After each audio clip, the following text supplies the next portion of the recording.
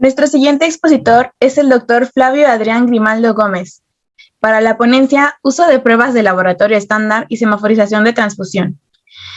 El doctor Flavio Adrián Grimaldo Gómez es un médico especialista en medicina interna y hematología. Es egresado del Hospital Español de México y del Instituto Nacional de Cancerología. Actualmente es adscrito al Departamento de Hematología del Instituto Nacional de Cardiología Ignacio Chávez y es miembro de la mesa directiva de la Sociedad Mexicana de Hemostasia y Trombosis. También es vicepresidente del Grupo Cooperativo Latinoamericano de Hemostasia y Trombosis. Muchas gracias, doctor. Gracias. Muy bien. Bueno, vamos a hablar sobre ese tema que me pidieron desarrollar. Creo que parte de esta guía de manejo hemático del paciente que salió publicada el año pasado, en el cual participamos en su elaboración, y ahí es donde viene este semáforo de transfusión. Antes de llegar al semáforo de transfusión, que fácilmente se puede revisar al final de la guía, quiero hablar sobre algunos conceptos que es importante tenerlos para entender la forma en que se debe utilizar o por qué utilizamos este tipo de estrategias en la medicina transfusional. Vamos a recordar un poco que el paciente que se somete a una cirugía es un paciente que va a estar de un lado hacia el otro en cuanto al riesgo de presentar complicaciones hemorrágicas y el riesgo de presentar una complicación trombótica. La hemostasia estaría en el centro, que sería el mantenerse en un estado neutral en cuanto a estos dos riesgos, pero sabemos que cuando el paciente es sometido a un procedimiento quirúrgico, al hacer la disección, sabemos que va a tener una tendencia a que esa pérdida de la continuidad de los vasos sanguíneos produzca el que exista hemorragia. Pero en el postquirúrgico, incluso de forma inmediata, cuando hay una respuesta metabólica al trauma por parte del paciente y una respuesta inflamatoria, por lo tanto, en el postquirúrgico el paciente va a tener una tendencia mayor hacia el lado de la trombosis. Incluso esto puede prolongarse varios días después en la etapa de recuperación después del procedimiento quirúrgico hasta que se restablece la hemostasia de forma normal. Recordar un poco que la hemostasia es todo un proceso en el cual el objetivo final es formar esta malla de fibrina que vemos aquí, y en esta malla de fibrina quedan atrapadas las plaquetas, los eritrocitos, los glóbulos blancos, y son los que ayudan a tener dos funciones: una, detener la pérdida de la continuidad del vaso, pero además también el iniciar el proceso de reparación. Para esto ya comentaron en la plática pasada las pruebas de laboratorio que tenemos o con las cuales contamos que pueden evaluar este proceso de la hemostasia, al menos en una parte. Recordar que estas pruebas de laboratorio son una fotografía de lo que ocurre en el cuerpo humano, representado solamente en una prueba in vitro. Estas pruebas in vitro tienen sus limitaciones, como veremos más adelante. En el paciente ya lo que ocurre es una combinación de procesos, como ya habíamos comentado, en el cual se va a formar esta malla de fibrina a través de un fibrinógeno que es soluble. El fibrinógeno es una sustancia que se produce en el hígado, pero que está circulando en una cantidad importante y que cuando se activa el sistema de coagulación va a ocasionar que se polimerice esta malla de fibrina, y esta formación de fibrina viene dada por otras interacciones que va a haber, tanto mecanismos procoagulantes como mecanismos anticoagulantes naturales o reguladores de este sistema, porque como veremos más adelante, si este sistema no se llevara un riguroso control de la hemostasia, podríamos tener problemas también de trombosis. En cuento a los requerimientos que se tienen de los pacientes cuando son sometidos a un procedimiento quirúrgico, existe el vicio o existe las costumbres, por así llamarlo, en que si hay una pérdida de sangre, pues lo inmediatamente que hay que hacer es transfundir. Y mucho se ha abusado de esto, de la transfusión, y hay ocasiones en que transfundimos incluso de más. Existen diferentes variables, algunas son reológicas, otros son de activación plaquetaria, otros de las cascada inflamatoria que se produce con la transfusión, hay lesión por almacenamiento que libera sustancias bioactivas y micropartículas que son deleterios para el paciente y que por lo tanto tenemos que restringir la transfusión solamente cuando está indicada. Como vemos estas publicaciones que aparecen aquí en la pantalla, hay diferente evidencia científica a nivel molecular y clínico que demuestra que la transfusión no debería ser nuestra primera opción. Recordar que muchas veces los pacientes pueden adaptar, el organismo puede adaptarse a una pérdida de sangre aguda y entonces podemos evitar la transfusión optimizando los mecanismos de adaptación que tiene el organismo para no transfundir cuando no hay una indicación precisa. Tenemos que recordar también, y estos son parte de los fundamentos o de los pilares de este movimiento internacional que es el PBM, y el PBM lo que nos habla es precisamente de usar de forma racional la sangre, reduciendo o eliminando la necesidad de transfusión halogénica y aumentando la producción o evitando su pérdida.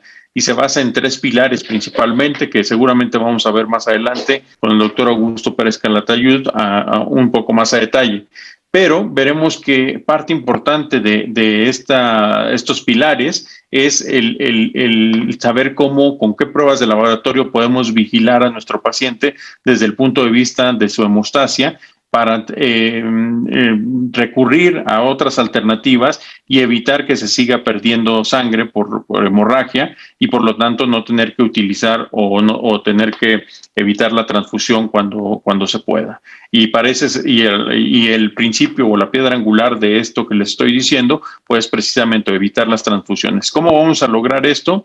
Pues se recomienda la implementación de estos programas de PBM para reducir el número de transfusiones y de esta manera reducir la morbilidad y reducir la mortalidad asociada a las transfusiones. Para eso se necesita hacer todo un equipo en los hospitales que incluyan incluso las clínicas de anemia, que es la detección temprana y oportuna de pacientes que tienen anemia en el prequirúrgico y corregir las causas de esa anemia. Muchas veces saben ustedes que la deficiencia de hierro es la causa más frecuente de anemia en el mundo y en México. Por lo tanto, muchos de los pacientes que se van a operar llegan al proceso quirúrgico con anemia por deficiencia de hierro y esas no se transfunden, esas se tratan corrigiendo la causa de la deficiencia de hierro y corrigiendo la deficiencia de hierro aportando ya sea por vía oral en la mayoría de las veces o por vía parenteral que puede ser intramuscular o intravenoso. Entonces hay que identificar al paciente que tiene anemia y tratarlo antes del evento quirúrgico. Además, se tiene que evaluar siempre, el equipo quirúrgico tiene que evaluar los riesgos que pueda tener el paciente, riesgo cardiovascular, riesgo anestésico, es algo que ya conocemos bien, pero también tenemos que evaluar el riesgo trombótico y el riesgo hemorrágico en nuestros enfermos. Y es aquí donde vamos a ver qué pruebas podemos utilizar para evaluar estos riesgos de hemorragia y por lo tanto saber cómo está el sistema de coagulación en el paciente para evitar las transfusiones. Para evaluar un paciente que tiene hemorragia, esto es algo muy frecuente que vemos, como ya les decía, en cirugía, en el perioperatorio, también lo vemos en terapia intensiva, en pacientes en urgencias por trauma, y existe como esta falsa seguridad de que si el paciente tiene tiempos normales, quiere decir que el paciente no va a sangrar. Entonces, esto es algo muy alejado de la realidad.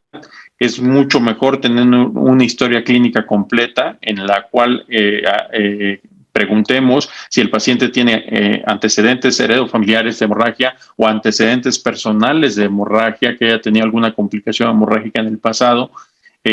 También debemos recordar que en la actualidad existen diferentes medicamentos antitrombóticos y que muchos se utilizan incluso de forma discriminada. Como medicamentos antitrombóticos sabemos que existen anticoagulantes orales, anticoagulantes antivitamínicos K, anticoagulantes orales directos, pero otros antitrombóticos también son los antiagregantes plaquetarios, como es la aspirina, el clopidogrel, o algunos antiinflamatorios no esteroideos que también tienen efecto antiagregante plaquetario. Además, también existen cada vez procedimientos quirúrgicos más extensos. La cirugía oncológica ha desarrollado mucho y sabemos que la cirugía en pacientes con cáncer implica disecciones mucho más extensas en una anatomía alterada, por lo cual hay mayor riesgo de lesiones incidentales a grandes vasos. También recordemos que ahora está muy muy de moda, por así decirlo, las coagulopatías adquiridas, como son coagulopatías dilucionales, y que muchas veces lo que antes sabíamos que un paciente que está perdiendo sangre, lo primero que hay que hacer es reponerle la cantidad de soluciones cristaloides que sea necesaria. Eso ha llevado a que muchos pacientes desarrollen coagulopatías dilucionales cuando no tenemos en consideración este exceso de volumen de líquidos que estamos pasando, y que esto va a venir a diluir los factores de coagulación y otros procesos importantes en la hemostasia.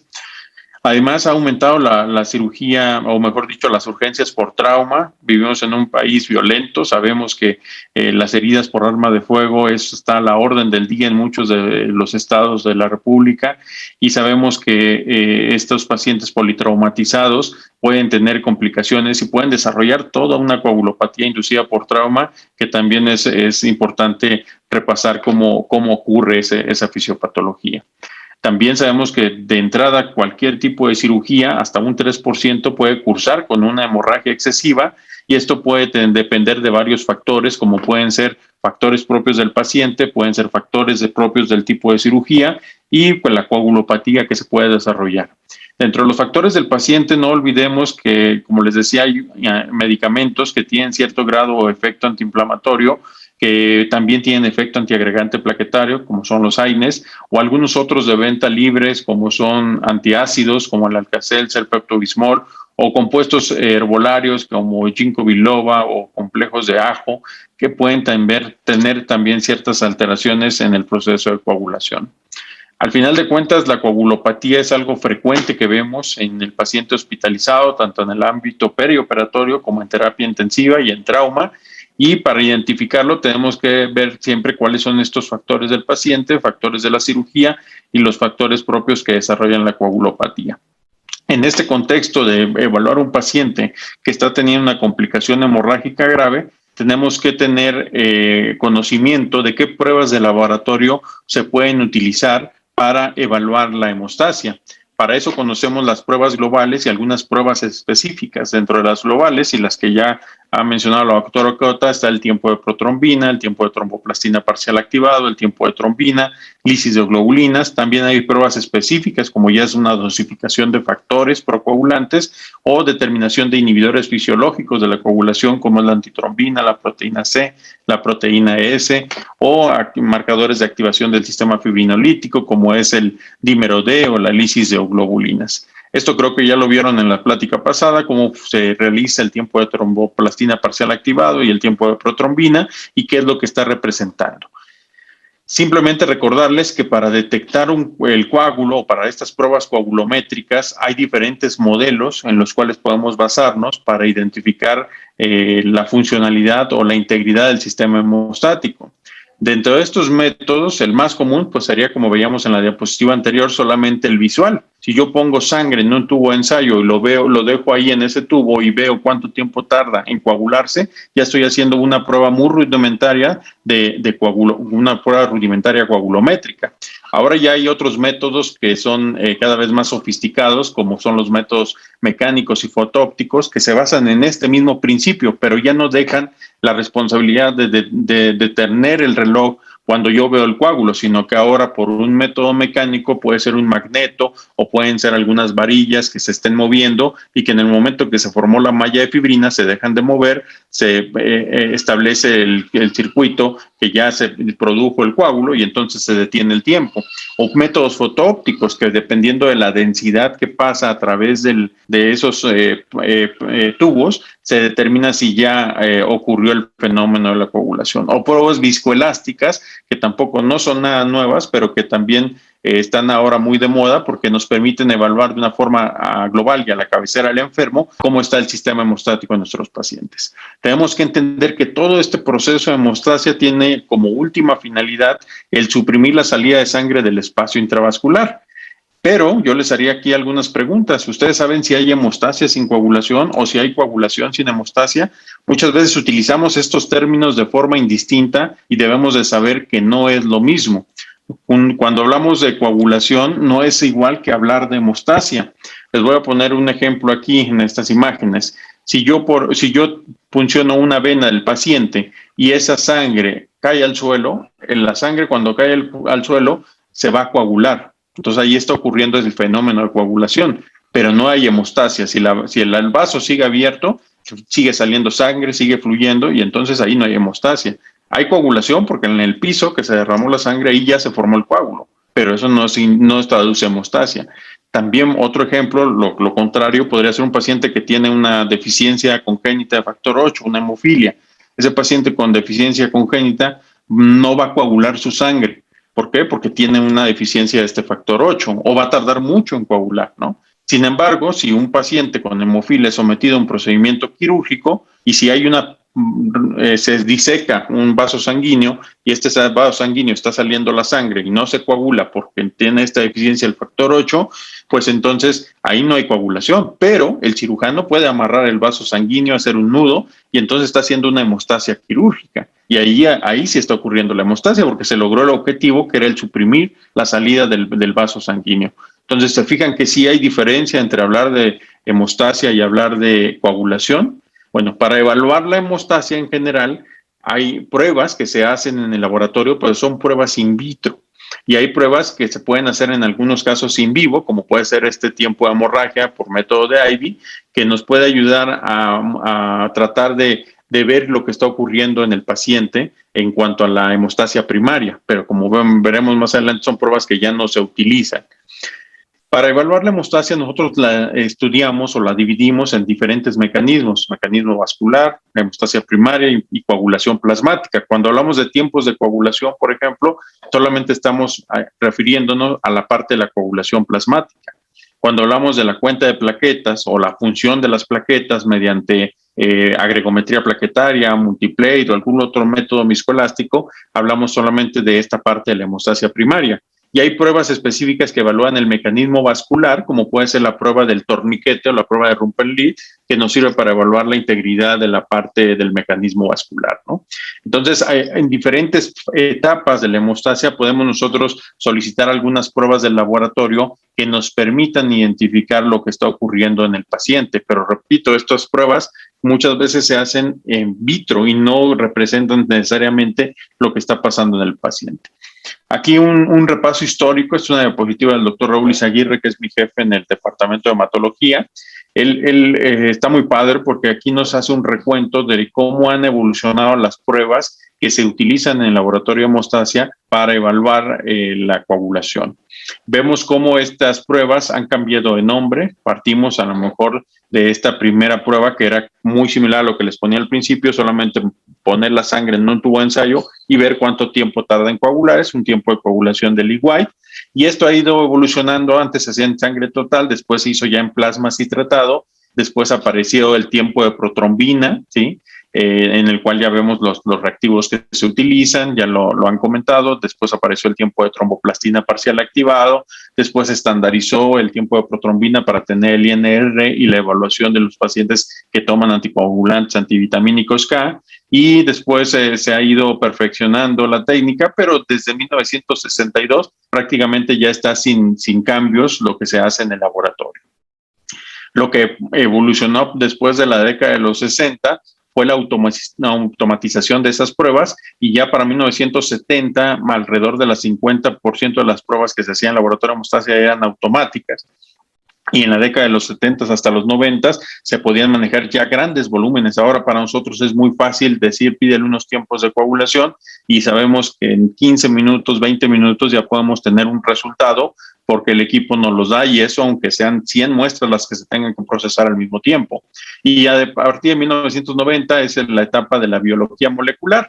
Pero quiero resaltar aquí, por ejemplo, que métodos que ahora están muy de moda como la tromboelastografía y la tromboelastometría son pruebas que no son en realidad nuevas. Ya desde la década más o menos de los 60 se habían diseñado y se habían empezado a utilizar.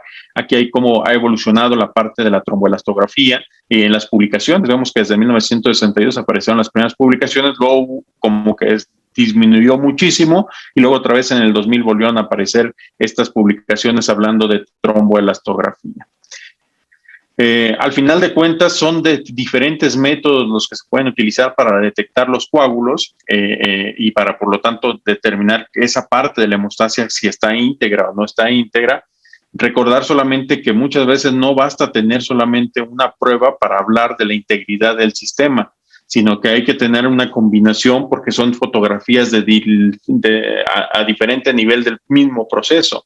Entonces, si bien un tiempo de protrombina me da una parte o una idea de lo que está ocurriendo en la coagulación plasmática, el tiempo de tromboplastina me da la idea de la otra parte, el tiempo de trombina me da idea de la parte final, y la cuantificación de fibrinógeno y cuantificación de plaquetas lo puedo integrar además a esta ecuación.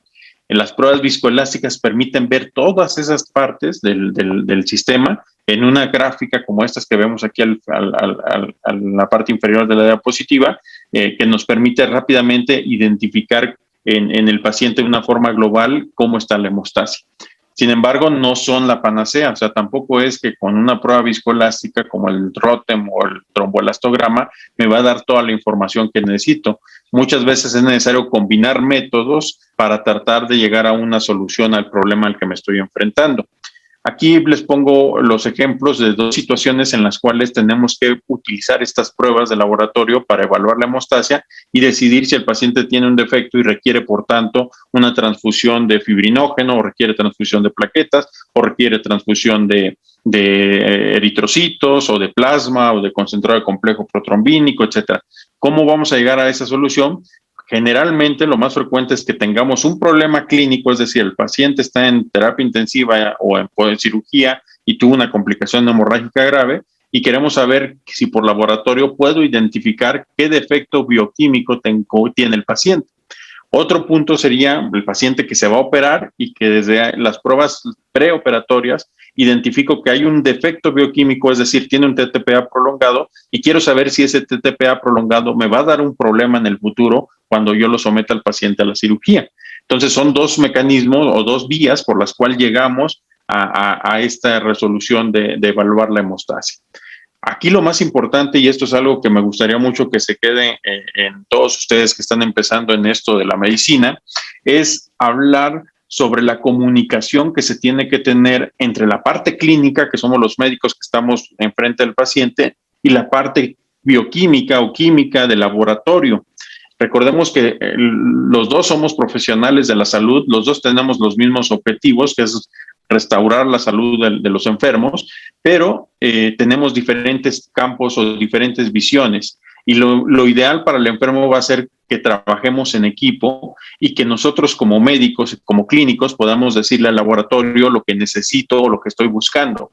Si yo tengo una comunicación adecuada entre la parte clínica y la parte del laboratorio, yo le puedo decir a lo que me estoy enfrentando y qué datos clínicos tiene mi paciente, y el del laboratorio me va a poder decir, bueno, podemos hacer un tiempo de protrombina y un tiempo de trombina y un tiempo de tromboplastina, y así determinar si lo que le falta al paciente es a lo mejor tiene un anticoagulante lúpico y no va a sangrar, al contrario, se va a trombosar, o a lo mejor el paciente tiene sí un defecto porque tiene hipofibrinogenemia, corrige el fibrinógeno y se va a solucionar la hemorragia. Y entonces el paciente, en lugar de transfundirle plasma, que es innecesario en ese momento, le voy a transfundir crioprecipitados o el fibrinógeno liofilizado, si lo tengo, para reponer ese fibrinógeno que le hace falta. Entonces, esto es parte muy importante que ustedes capten y entiendan que esta comunicación es lo más importante para lograr identificar los defectos en este proceso de hemostasia. Una vez que se decide qué pruebas de coagulación se van a realizar, también podemos después realizar pruebas adicionales, incluso llegar hasta dosificación de factores para saber qué es lo que está pasando en el enfermo, ¿no? El desafío de la evaluación de las anomalías o las alteraciones de la coagulación siempre es importante.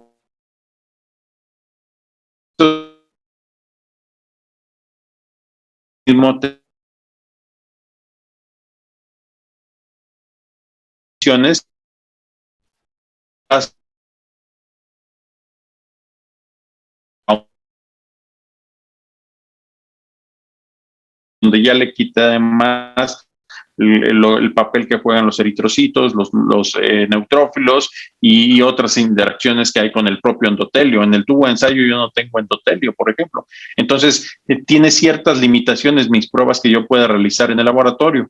Ahora, la tromboelastografía, si bien como ya habíamos comentado, nos puede dar una pista muy rápida de lo que está pasando, nunca me va a decir con certeza cuál es el déficit específico. Hablando, por ejemplo, de que le haga falta factor 8 de la coagulación. Eso lo tendría que hacer por dosificación.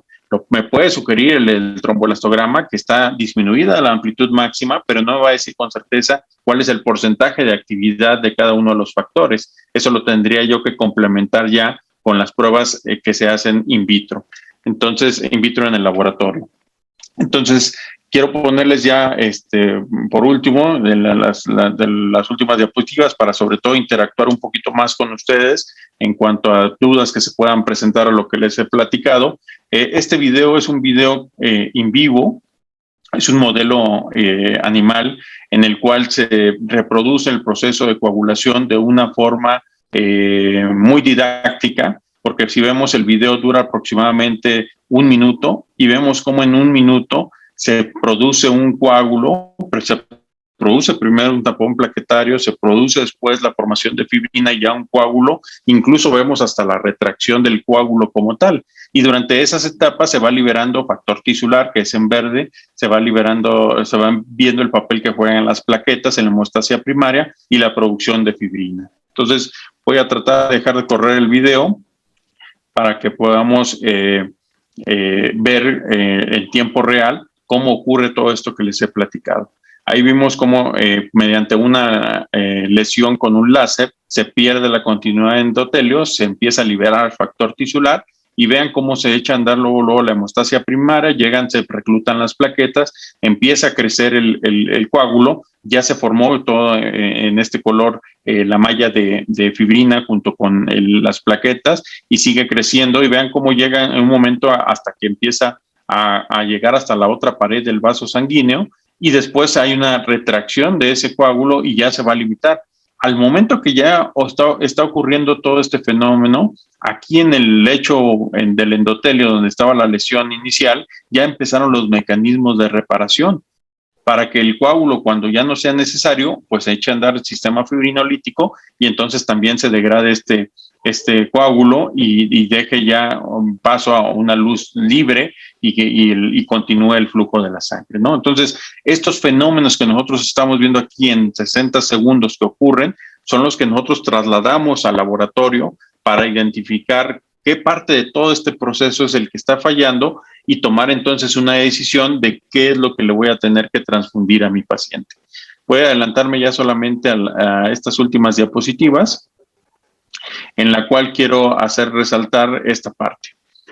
Cuando nosotros nos enfrentamos a un paciente que está con una complicación hemorrágica grave, tenemos que, además de lo que ya hemos visto de esta parte de la medicina transfusional, de acuerdo a las pruebas que tengamos, si son pruebas viscoelásticas, podemos guiarlas a través de ellas. Si no tenemos pruebas viscoelásticas, pero tenemos un laboratorio que nos pueda dar el TP, el TTPA, el TT, cuenta de plaquetas, fibrinógeno, pues basarnos en esa y hacer una medicina transfusional enfocada en metas.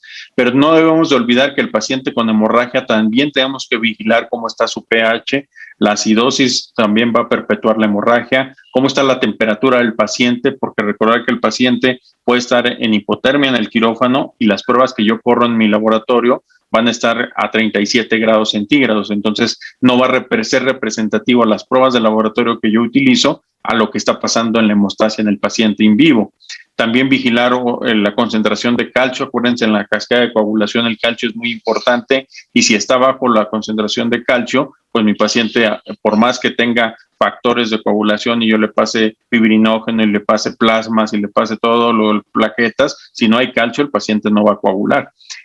Vigilar todos el estado de los gases también son importantes y llevar a metas esta parte del paciente es tan importante como evaluar la hemostasia con estas pruebas de laboratorio que les he mencionado. En algunas circunstancias se pueden utilizar medicamentos como antifibrinolíticos, han demostrado su utilidad sobre todo en pacientes con trauma, en el cual el uso temprano de estos, sobre todo traumatismo craneoencefálico, en los estudios CRASH han demostrado cómo la utilidad es importante en estos pacientes, sobre todo utilizarlos en la primera hora. Y recordar también que muchas veces el problema de una hemorragia no está en la coagulación del paciente, no está en el enfermo. A veces simplemente es que si estaba siendo sometido a una cirugía, pues a lo mejor quedó un vaso sanguíneo que no se ligó adecuadamente, que no se suturó, y entonces ahí es cuando se conoce como que es una hemorragia quirúrgica y el paciente tiene que ser reintervenido para realizar la hemostasia quirúrgica meticulosa y así evitar que el paciente continúe con la hemorragia. Entonces, muchas veces hay que recurrir a estos métodos quirúrgicos para restablecer la hemostasia normal en el paciente, y una vez que se restablece, no olvidar que este paciente va a pasar a una etapa de protrombótica, en la cual tenemos que iniciar la tromboprofilaxis también de forma temprana, porque si lo salvamos de la hemorragia que estaba cursando en el transquirúrgico y nos olvidamos de protegerlo de trombosis en el postquirúrgico, pues el paciente puede fallecer también por esta complicación. Entonces, los dejo con esta diapositiva para que más o menos entendamos en qué nos basamos para establecer este semáforo de transfusión. Entonces, el semáforo, como les decía, lo pueden revisar, es bastante sencillo en la guía de práctica clínica. Al final de la guía viene especificado de acuerdo a los principales procedimientos que se hacen, cardiovasculares, gineco-obstétricos, y cuándo sí está indicado o cuándo no se podría considerar o se está abusando de una utilización de componentes del banco de sangre. Muchas gracias por su atención y me interesaría mucho establecer ahora un diálogo con todos ustedes para las preguntas y respuestas. La Universidad Autónoma de Aguascalientes, en colaboración con el Honorable Banco de Sangre Universitario Dr. Rafael Macías Peña, otorga la presente constancia al Dr. Flavio Adrián Grimaldo Gómez por su participación como ponente en el 9º Congreso para la Promoción de la Donación Altruista Miguel de Jesús Martínez Basurto, en celebración del 45 aniversario de BSU. Le agradecemos mucho su presencia aquí, doctor, y pues sí, gracias.